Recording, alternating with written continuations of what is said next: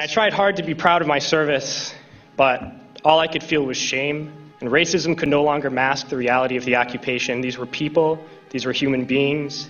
I've since been plagued by guilt anytime I see an elderly man, like the one who couldn't walk, who we rolled onto a stretcher and told the Iraqi police to take him away. I feel guilt anytime I see a mother with her children, like the one who cried hysterically and screamed that we are worse than Saddam as we forced her from her home. I feel guilt anytime I see a young girl, like the one I grabbed by the arm and dragged into the street. We were told we were fighting terrorists. The real terrorist was me. Racism within the military has long been an important tool to justify the destruction and occupation of another country. It has long been used to justify the killing, subjugation, and torture of another people.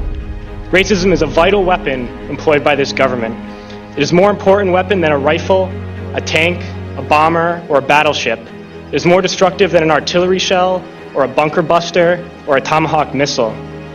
While all those weapons are created and owned by this government, they are harmless without people willing to use them. Those who send us to war do not have to pull a trigger or lob a mortar round. They do not have to fight the war, they merely have to sell the war. They need a public who is willing to send their soldiers into harm's way. They need soldiers who are willing to kill and be killed without question. They can spend millions on a single bomb, but that bomb only becomes a weapon when the ranks in the military are willing to follow orders to use it. They can send every last soldier anywhere on earth, but there will only be a war if soldiers are willing to fight. And the ruling class, the billionaires who profit from human suffering, care only about expanding their wealth, controlling the world economy. Understand that their power lies only in their ability to convince us that war, oppression, and exploitation is in our interest.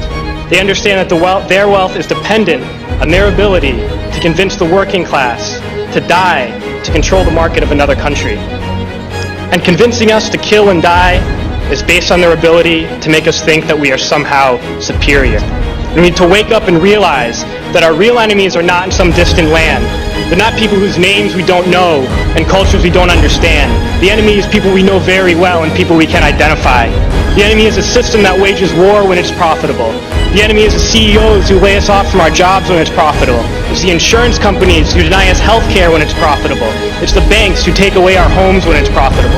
Our enemy is not 5,000 miles away. They are right here at home. If we organize and fight with our sisters and brothers, we can stop this government and we can create a better world.